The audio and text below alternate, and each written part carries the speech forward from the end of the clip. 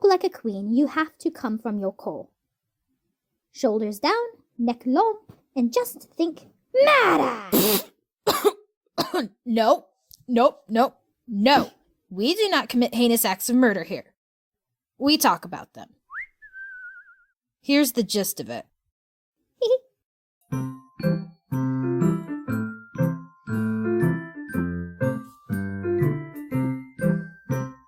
So, chapter 4 of Genesis involves two brothers and the first murder in the Bible. But before we get to that, we need to backtrack a little bit.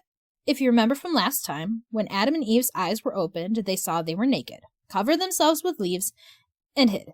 They were ashamed and tried to cover themselves, but they couldn't do it. So what God does is he kills an animal and covers them with the skins. Hold on to the idea of covering, because it's actually a thread that winds from here all the way to the cross. Only God can cover and fix humanity's shame. Speaking of humanity, Adam and Eve start having kids.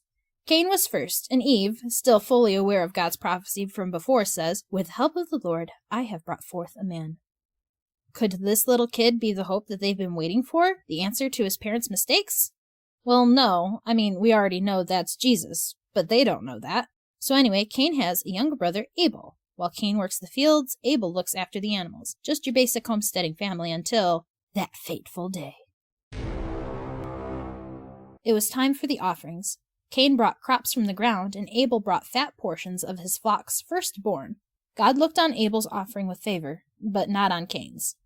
Excuse me, but why? What? Does God play favorites? Well, no. Okay, do you remember at the beginning when God clothed Adam and Eve? How he had to kill an animal to do that? How he had already set a precedent for covering sin and shame? Making sense? God sees that Cain is angry and asks, "Why are you angry? If you do what's right, won't you be accepted? But if you don't do what's right, sin is crouching at the door and wants you. You must rule over it." Cain, listen, all you have to do is fix your offering. Just ask your brother for one of his flock and have a do-over. No big deal. What? Alright. You know, I actually have a brother, and a lot of times I want to kill him, and him me. But you know what? We don't. I mean, come on. Was killing your brother really the next step? Oh, but wait. It gets better.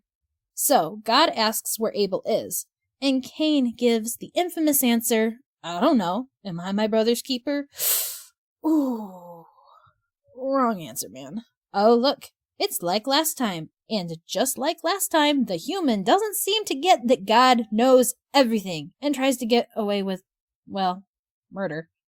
Since Cain forfeited his chance at repentance, God punishes him by driving him from the ground and from other people. Cain starts freaking out and says that whoever finds him, his family, will kill him. But God assures him that if anyone kills him, they will suffer an even greater penalty. He marks Cain to ward off future murderers and sends him east. And that's pretty much where the story leaves off.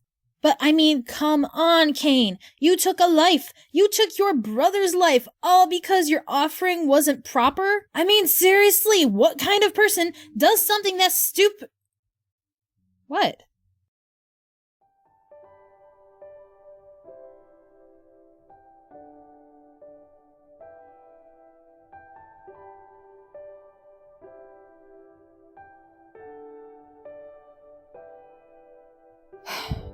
Right. Okay, so, real talk. I've been guilty of hating people, and it's probably not a long shot that you have too. The Bible is a mirror. It mirrors our choices, it mirrors our actions, and it mirrors our sin. But while we're stuck with our sin, it mirrors how we're supposed to live with Jesus. And we see that example, and we want it. And thanks to his sacrifice on the cross, we can have it. God sacrificed his son so that we could have a covering for our sin. So now we have a choice. Do we continue to be murderers?